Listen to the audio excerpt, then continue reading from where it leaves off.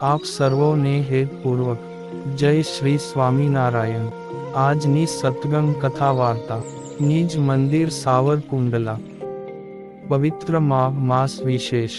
આજે આપને સત્સંગ કથા વાર્તા અંતર્ગત શ્રી હરિ ગીતા સાંભળશું। અધ્યાય 2।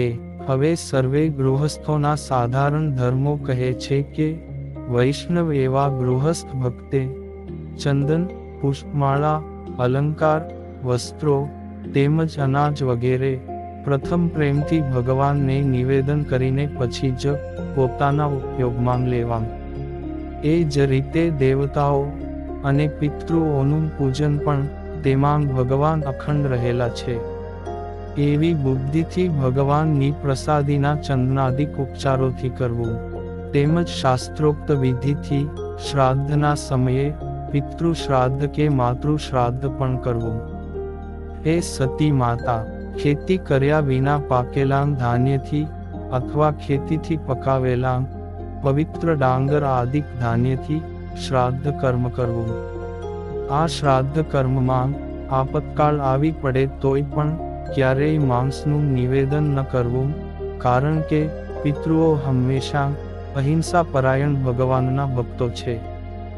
જે દેવ કે દેવીની આગળ મધ્ય માંસનું નૈવેદ્ય થતું હોય કે જીવહિંસા થતી હોય તેવા દેવ કે દેવીઓને ક્યારેય માનવા પૂજવા નહીં।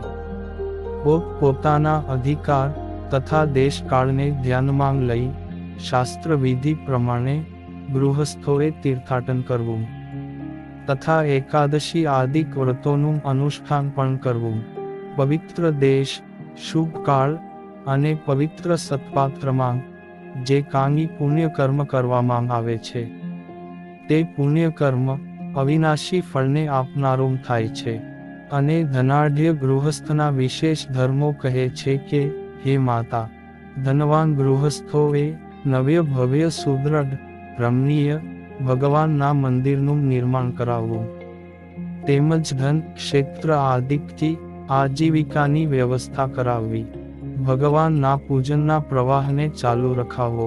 વળી ધનાઢ્ય ગૃહસ્થે ભારે ભારે દક્ષિણાઓથી યુક્ત હિંસા રહિત એવા વિષ્ણુ યાગ કરવા તથા ભગવાનની કે ભગવાનના ભક્તોની સેવાને અર્થે વાવ, કૂવા, તળાવ વગેરેના નિર્માણ કરાવવા, તેમજ ઘી અને સાકર મિશ્રિત મિષ્ટ ભોજન વડે સાધુ અને બ્રાહ્મણોને તૃપ્ત કરવા, પણ તેમની અવગણના ક્યારેય ન કરવી, અને તેમની આગળ નિષ્કપટ થવું, અતિ લોભ ન કરવો, અતિ કામી ન થવું, અતિ ક્રોધ ન કરવો, મત્સર ન રાખવો, ક્યાંને અતિ માન ન રાખવું, તેમજ જીવ પ્રાણી માત્ર ઉપર દયાવાન થવું।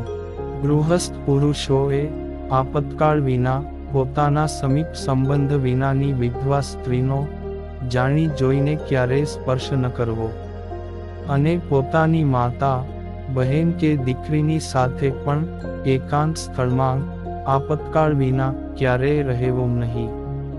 તેવી જ રીતે મુક્તિને અર્થે પણ તીર્થ સ્થાનાદિકને વિશે પણ પોતાની કે પારકાની હિંસા ન કરવી, અને નિરંતર ધર્મપરાયણ જીવન જીવવું।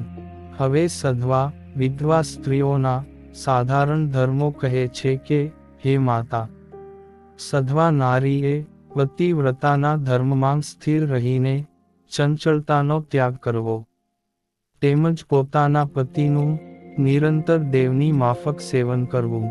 વિધવા નારીએ શ્રી લક્ષ્મીપતિની પતિ બુદ્ધિથી સેવા કરવી, તેમજ ચાંદ્રાયણ આદિકના વ્રત ઉપવાસથી પોતાના શરીરને કૃશ કરવું।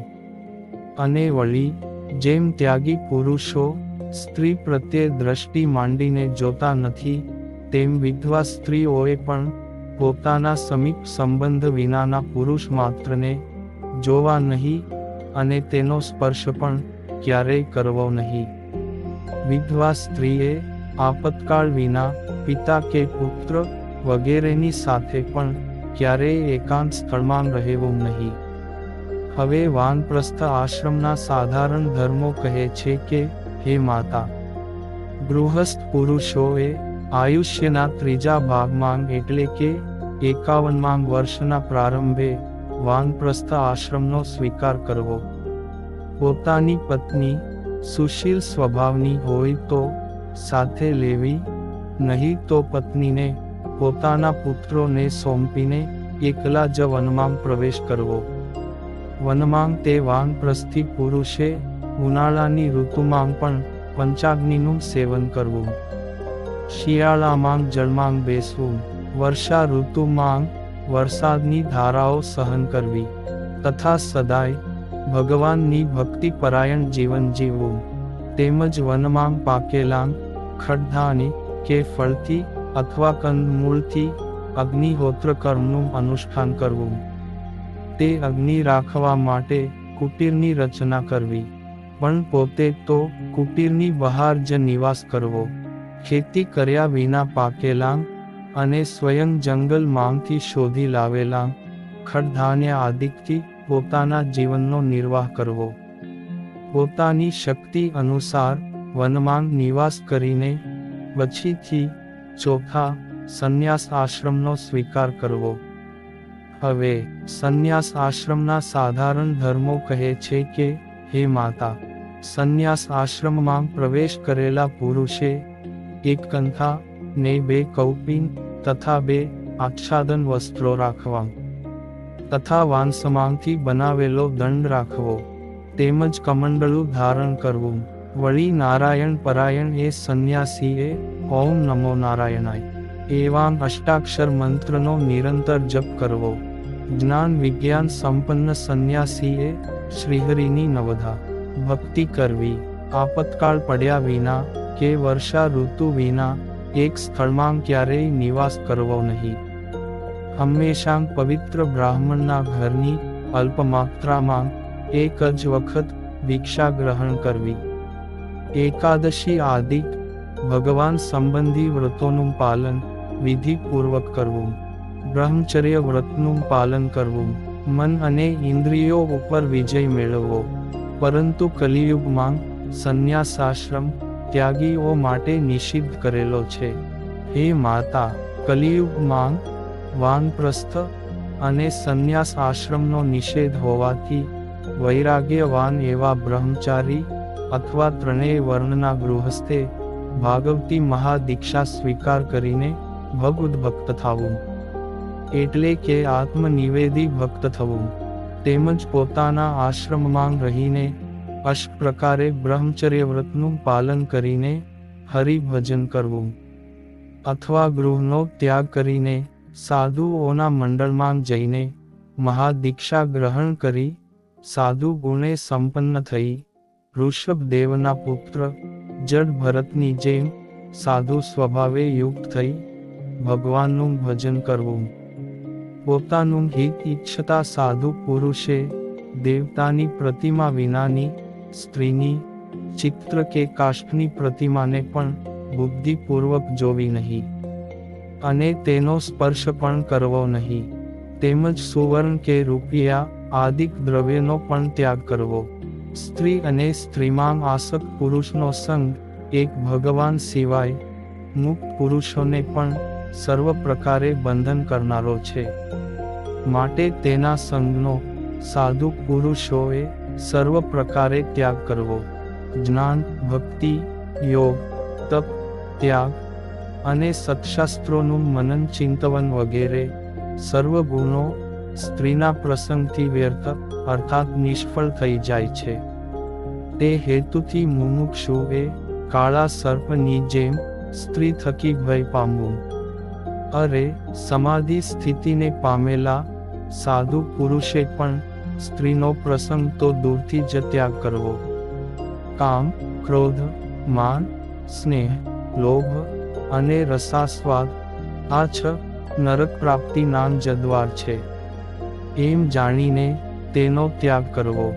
જીતેન્દ્રિય ત્યાગી પુરુષે અષ્ટ પ્રકારના બ્રહ્મચર્યનું પાલન કરવું, તેમજ નિરંતર શ્રી હરિની 9 પ્રકારની ભક્તિ પ્રીતિપૂર્વક કરવી. હે માતા, ભગવાનના એકાંતિક ભક્તો ભગવત સેવા વિના 4 પ્રકારની મુક્તિને કે કૈવલ્ય મુક્તિ એટલે કે સ્વાત્મ અનુભવને પણ ઈચ્છતા નથી, તો પછી સ્વર્ગાદિક તુચ્છ સુખને તો ઈચ્છે જ કેમ?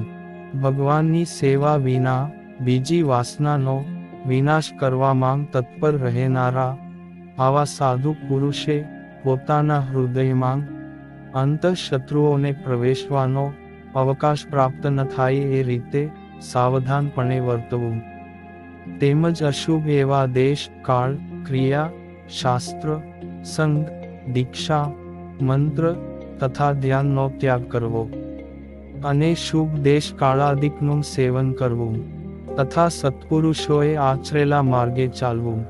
હે માતા, મેં કહેલા આ નિયમો માંગથી જે નિયમોનો ભંગ થાય તેનું વર્ણાશ્રમી એવા દરેક પુરુષોએ યથાશાસ્ત્ર પ્રાયશ્ચિત કરવું. હે માતા, આ પ્રમાણે મેં ચારે વર્ણ, ચારે આશ્રમના શાસ્ત્ર વિધિક ધર્મોનું તમારી આગળ પૃથક પૃથક સ્પષ્ટપણે નિરૂપણ કર્યું. હવે હું તમને જ્ઞાનનું લક્ષણ કહું છું, તે તમે શ્રદ્ધાથી સાંભળજો. ઇતિ શ્રી સત્સંગી જીવને નારાયણ ચરિત્રે ધર્મશાસ્ત્રે પ્રથમ પ્રકરણે શ્રી હરિ ગીતાના બીજા અધ્યાયમાં વર્ણાશ્રમ ધર્મ નિરૂપણ નામે 33મો અધ્યાય સંપૂર્ણ. અને હવે પછીની કથા વાર્તા આપને આગળના ભાગમાં સાંભળશું. અત્યારે આપ સર્વોને ભાવથી જય શ્રી સ્વામિનારાયણ.